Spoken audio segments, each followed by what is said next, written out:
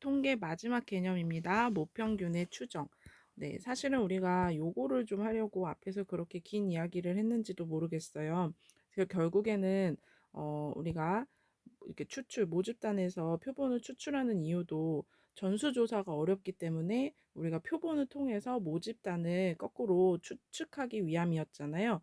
그래서 이제 드디어 이 표본에서 얻은 정보를 가지고 모집단을 어떻게 파악할 수 있는지에 대한 내용이 나오는 겁니다. 그래서 모평균을 추정할 거예요. 자, 한번 읽어볼게요.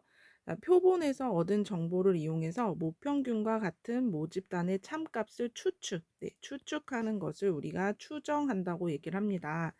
모평균을 모를 때 표본 평균을 이용해서 모평균을 추정하는 방법을 알아볼 건데요. 일단 앞에서 어떤 얘기를 했었냐면 모집단의 확률 분포가 정규 분포를 따르면 이 모집단에서 크기가 n인 표본을 이미 추출했을 때 그 표본 평균을 확률 변수로 하는 확률 분포에서 이 x바도가 모집단이 정규 분포를 따를 때 여기서 크기 n인 표본을 이미 추출을 하면 그 표본 평균들이 또다시 정규 분포를 따른다고 했었잖아요. 그랬을 때 얘를 평균은 모평균이랑 같았었고 분산은 크기 n이면 n으로 모분산을 나눠준 요 형태가 됐었어요. 그때 이제 얘에서의 확률을 구할 때 우리가 표준화를 시키잖아요. 그러면 G로 바꿔주는데 네, 여기서 표준 편차가 루트 n분의 시그마인 거고 그 다음에 x바 그 다음에 평균 m을 빼서 표준화를 시켜서 우리가 확률을 구할 수 있겠죠. 그래서 얘는 표준화 시키고 나면 얘는 어떻게 된다? 표준 정규 분포 네, 0, 1을 따른다라고 얘기를 할 수 있었죠.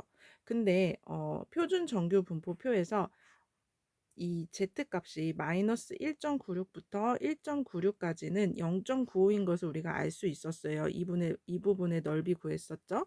그랬을 때, 요 z 자리에 z 대신 얘가 들어갈 수 있잖아요. 그쵸? 네. 그래서 거꾸로 가주면 여기 이제 모평균만 냅두고 식을 그냥 이렇게 변형을 할 수가 있어요. 같은 식이잖아요. 이 식이랑 이 식이랑 이 식이랑 다 같은 식이에요.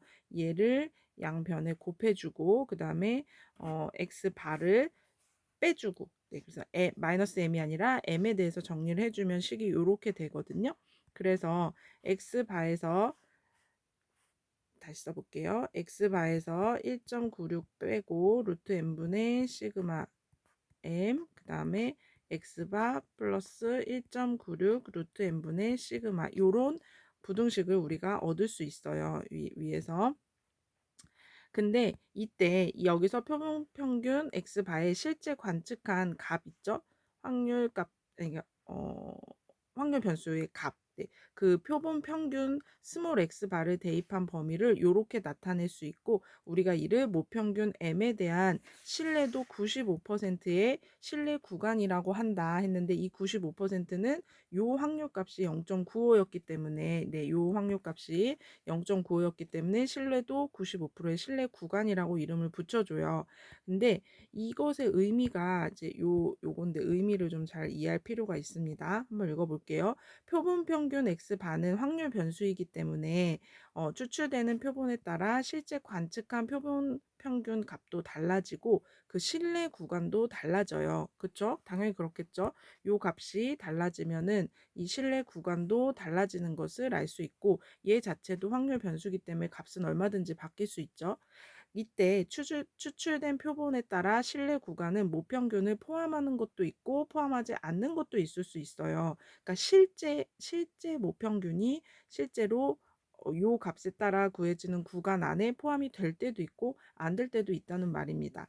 모평균 m에 대한 신뢰도 95%의 신뢰 구간이란 말은 크기가 n인 표본을 여러 번 이미 추출해서 신뢰 구간을 구하는 일을 반복했을 때 그 구한 신뢰 구간 중에서 약 95%만 모평균을 포함한다는 뜻이에요. 그래서 우리가 표본을 가지고 모평균을 얘기를 할 때 당연히 하나의 표본 가지고는 신뢰 구간을 구해서 그 안에 모평균이 포함된다고 말하기가 좀 어렵겠죠. 근데 100번을 했다고 했을 때 그 중에 95개 정도에는 모평균이 들어있다, 포함한다. 그렇게 이해할 수 있다는 뜻입니다.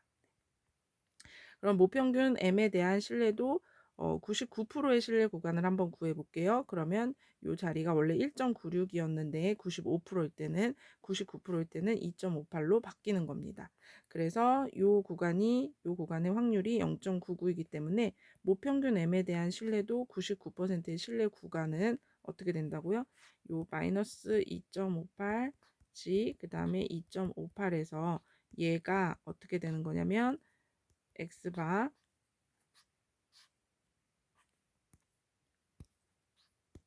빼기 m 그 다음에 루트 m분의 시그마여서 얘 요쪽에 곱해주고 얘 요쪽에 곱해주고 그 다음에 모평균만 놔두고 다 정리를 하시기 이렇게 됐는데 얘의 의미가 뭐라고 했죠? 네, 모평균 m에 대한 신뢰도 99%의 신뢰 구간이다 이 말입니다. 그러니까 표본이 크기가 n인 표본의 크기가 n인 표본들을 쫙 다 뽑아서 신뢰 구간을 구했을 때 거기에 모평균이 포함되는 것이 99% 정도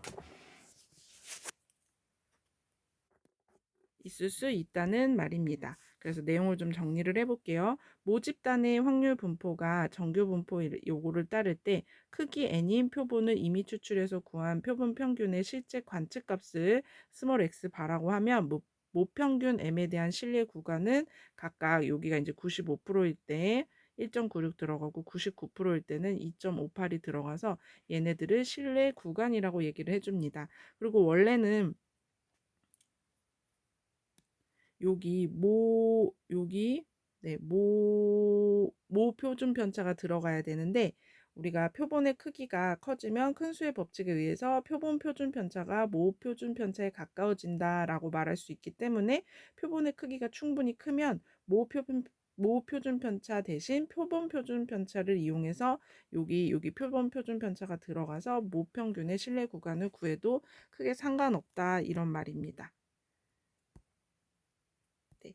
그리고 요걸 가지고 이제 직접 신뢰 구간 구하는 문제는 그냥 풀어보면 되는데 요건 정말 대입에 불과해요. 그래서 표본 크기 몇인지 그다음에 표본 평균 값 그다음에 모 표준 편차를 가지고 여기서 위에서 말했던 신뢰 구간 있죠? 요 신뢰 구간의 각각의 값을 대입해주면 신뢰 구간을 구할 수 있고요. 그래서 M은 요 범위에 있다라고 얘기를 해주고 얘를 해석하는 게 중요해요. 이 의미를 여러분들이 아는 게 즉 1980.4kcal 이상 그 다음 2019.6 이하인 범위에 이 가게에서 만든 피자 한 판의 열량의 평균, 모평균이죠. 모평균이 포함되어 있다는 추정의 신뢰도가 95%다. 이렇게 해석을 해줄 수 있다는 뜻입니다. 자, 그 다음에 이 신뢰 구간을 가지고 신뢰 구간의 길이를 얘기할 수가 있는데요. 우리가 신뢰 구간을 어떻게 구한다고 했죠? 모평균이. 네, 한 번만 써보면 뭐 여기가 만약 95%면 1.96 루트 n분의 시그마고 x바 마이너스 1.96 루트 n분의 시그마 이렇게 쓸 수 있잖아요. 그러면 이 실내 구간의 길이를 물어봤을 때는 여기서부터 여기까지 길이가 얼마겠느냐. 그러면 제일 큰 값에서 제일 작은 값 빼주면 그 실내 구간의 길이가 나오겠죠. 그래서 얘에서 얘를 빼주면 x바는 빼서 없어지고 1.96 루트 n분의 시그마가 2배가 되는 것을 알 수 있어요. 그래서 얘를 실내 구간의 길이라고 얘기를 해줍니다. 99%면은 여기 1.96만 바뀌겠죠.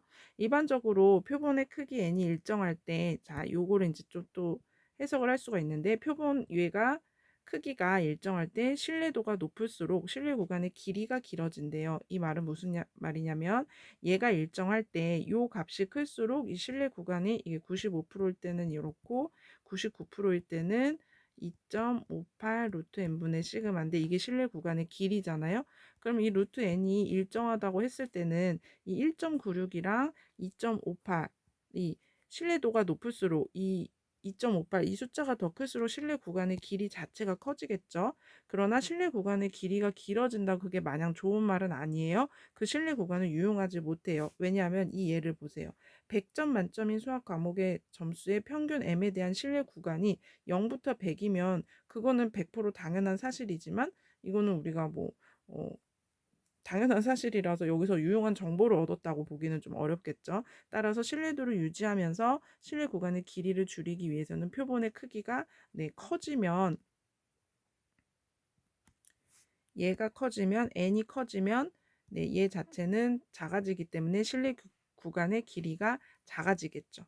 얘가 커질수록 분모가 커지는 거니까 전체 값은 작아지겠죠. 그래서 표본의 크기가 큰 것이 좋겠다 이 말입니다. 자, 문제는 그냥 풀어보시면 될 텐데 오늘 이제 수업 시간에 같이 해보기로 하고 이 수학 역량 기르기 한번 얘기를 해볼게요. 어느 모집단은 모 표준 편차가 시그마인 정규 분포를 따르고 이 모집단에서 크기 n인 표본을 이미 추출해서 모평균 m을 신뢰도 95%로 추정하려고 한다. 그랬을 때 윤하는 뭐라고 했냐면 모 표준 편차가 커지면 신뢰 구간 길이는 길어져 이렇게 얘기를 했는데 아까 얘기했었죠. 2 곱하기 1.96 루트 n분의 시그마가 95% 신뢰 구간의 길인데 이때 이 값이 커지면 시그마 값이 커지면 그러면 신뢰 구간의 길이가 커지니까 길어진다고 하는 표현이 맞겠죠. 근데 태호가 말한 거는 표본 평균의 실제 관측값 x바가 커지면 신뢰 구간 길이는 길어진다 하는데 x바는 신뢰 구간 길이랑은 상관이 없죠. 영향을 얘가 신뢰 구간 길인데 여기에는 x바가 없죠. 그래서 x바는 영향을 주지 못하기 때문에 태호의 말은 틀렸다. 이렇게 이해를 해주시면 되겠습니다. 이런 대표 예제 같은 거를 이제 이해를 하시면 여기 내용이 이제 끝나게 되는 건데요. 문제는 같이 수업 시간에 풀어보도록 하겠습니다. 고생했습니다.